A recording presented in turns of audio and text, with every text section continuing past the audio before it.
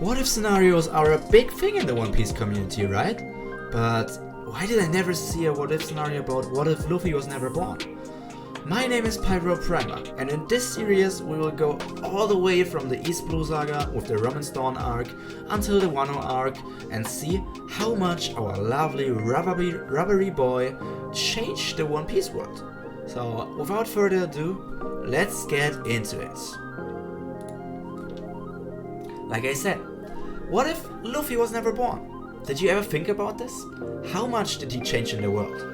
There are many things that we need to consider for this, but for now let's just start with the East Blue Saga in the Ramen Dawn arc with a section 1. I separated the Ramen Dawn arc into 3 different sections, which are Luffy and Shanks on Dawn Island, Luffy and Kobe against Alvida, and Luffy and Zoro against Captain Morgan. So let's see how section 1 with the encounter between Shanks and Luffy would change if Luffy wasn't born. That's the first thing. Higuma was there, but we can basically jump over this completely. Higuma goes into the bar, smashes a bottle of beer or whatever, of alcohol on Shanks, and Shanks just laughs about it. No problem here, because there is no crybaby Luffy acting up and making a whole, I don't know, fiasco about it. So let's just see what this changes already. This devil fruit, we know as the Gomu Gomu no Mi, that would be in the possession of Monkey D. Luffy, but it isn't here. Luffy isn't there to eat it. That means it's still in the possession of the red-haired pirates, and the person who found it was this lovely person here. It was our handsome man Lucky Roo. There are theories about him having like a teleportation devil fruit or stuff, but let's say he doesn't have a devil fruit. And because he was the person who found the Gomu Gomu no Mi, he will eat it. He will become the rubber man we found in our world. And that is the reason why we also have this picture of him going Gear 4. I guess you can see that Lucky Roo grew a bit stronger in this version. I still think he's a strong combatant in the canon version of One Piece, but in this what if scenario, he's even stronger. And now we see this here. Red-haired Shanks and the Lord of the Coast. This doesn't happen. Let's say it like this. We know what is happening here. Luffy gets kidnapped by Higuma, gets thrown in the ocean, and Shanks has to save him from the Lord of the Coast.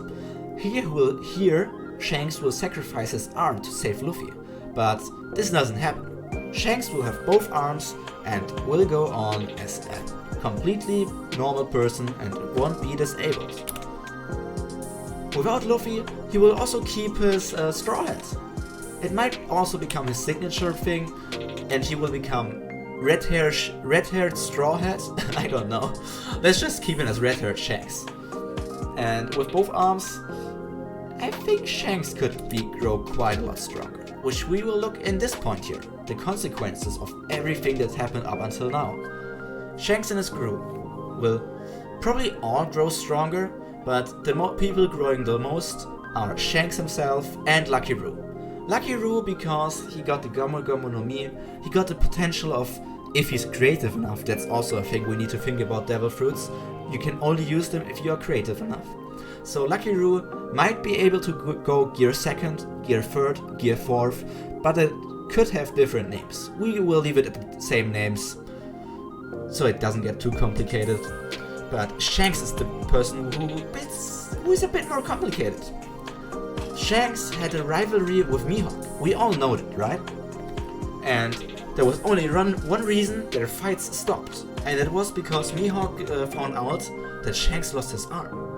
And for some reason Mihawk didn't want to fight a person who has only one arm. It might be something like his way of the sword doesn't allow him to fight a disabled person, or like a person missing an arm. But let's just see how this would change.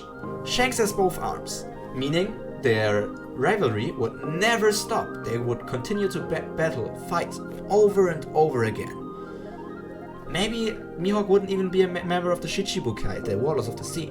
But I still think he would join that because it gives him more freedom and he doesn't get chased by all of the marines. And we see this here. Mihawk and Shanks, they will fight, like I said, all the time. And they will grow as swordsmen. Yes, you heard me right, as swordsmen. Mihawk, obviously, he's the strongest swordsman in the One Piece world, but he will grow even stronger, because he actually has a rival now. He might still be stronger than Shanks in the swordsman department, but Shanks has his other tricks up his sleeve. But I think that's also a thing that will change. Shanks Haki. Shanks Haki will grow a bit weaker, I guess. Or like, will be developed a bit different. In the canon version, he's, at least in theory, the strongest Haki user. But how is it in this version of One Piece?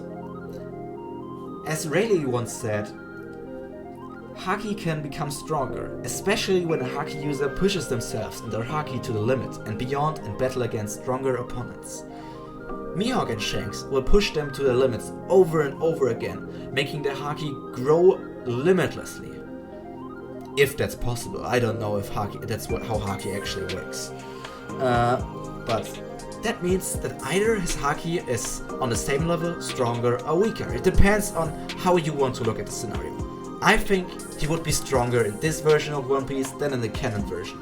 Which leads us to the last point of this video. The bounties of the red-haired pirates. Shanks' bounty is 4,048,900,000. But I think he could be a bit stronger than this after the time skip, obviously. We don't know his bounty before the time skip. Or even in Fuchsia Village in Dawn Island, or what's Windmill Island? Please tell me the name of Luffy's island, I forgot to look it up. But this, all that happened in here. Shanks' bounty will grow, Lucky Roo's bounty will grow, and with those two people growing, the whole Strawhat Pirates will probably grow a bit stronger. They might even show a bit more dominance in the new world, because we haven't seen much of them yet. But I guess that's everything for this part, this section 1. I will upload this series probably weekly, so you will see one video of What If Luffy Was Never Born every week. And next week we will look into the second section of the Romance Dawn arc, which is about how Luffy met Kobe. And what did change with all this? It was nice having you all here. If you like this and don't want to miss any other videos, why don't you click on the subscribe button? So yeah, it would make me really happy. And why not like this video if you found it interesting? Yeah, that's all about it. I can't wait to see you next time. So this was Pyro Primer, and hear you on the next video of What If Luffy Was Never Born. Bye!